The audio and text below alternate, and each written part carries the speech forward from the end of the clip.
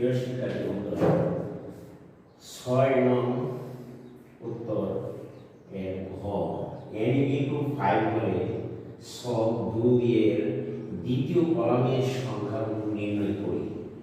তাহলে দ্বিতীয় কলামের সংখ্যাগুলো হচ্ছে, তোমরা একটু খেয়াল করো, আমরা যে খাড়া দেখতেছো n 2 3 4 5, এটা একটা কলাম, আর এইগুলো হলো আরেকটা কলাম, আর এই বরাবরে এগুলো হলো তোমার সারি বা রো করে বলা হয়। তাহলে আমরা n = যদি 5 হয় তাহলে সব 2, তোমার পাঠ্য বইয়ে দেখো 6 নম্বরে সব 2 ডান অংশে আছে যে এর দ্বিতীয় কলাম বলতে এটুকুকে বোঝানো হচ্ছে কলামের সংখ্যাগুলো আমরা নির্ণয় করি। তাহলে নির্ণয় সংখ্যাগুলো হলো 1 নম্বরে দেখো 1 প্রথম কলামে আছে, দেখো বইয়ে 1, তারপর হচ্ছে 5 10 6 এবং হলো 1। সংখ্যাগুলো যদি আমরা n = 5 হলে এরকম পাই, দেখতে পাচ্ছ যে সংখ্যাগুলো যদি n এর মান আমরা 5 বসাই তাহলে 1 5 10 10 5 1 এরকম সংখ্যাগুলো আমরা পেয়ে যাই। তাহলে আমরা আবার সব 2 হতে পাই। সব এই 2 দেখো 1 আর 1 যোগ করলে কত হয়?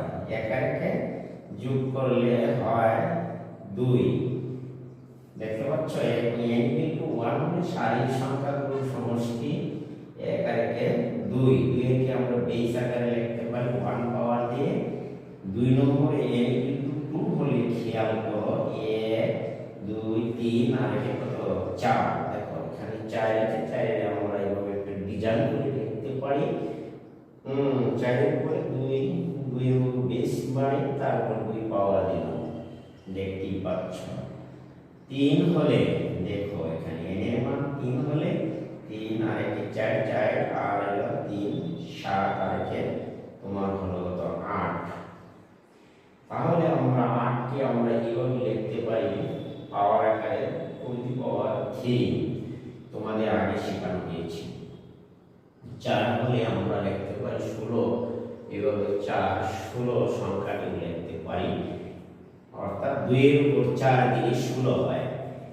n = n হলে তদ্রূপ ভাবে যদি আমরা আরো কিছু লিখে যাই, তারপর যদি n = n হলে আমরা মনে করো 4 4 এর উপরে 5 6 8 এখানে আর অনেক সংখ্যা বোঝানো হচ্ছে ড্যাশ ড্যাশ দেয়া।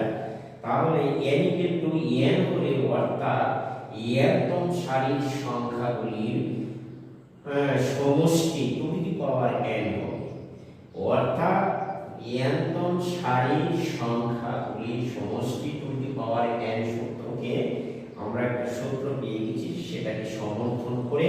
সুতরাং আমাদের এই পর্যন্তই প্রশ্নে ছিল, তোমরা একটু খেয়াল করে দেখো।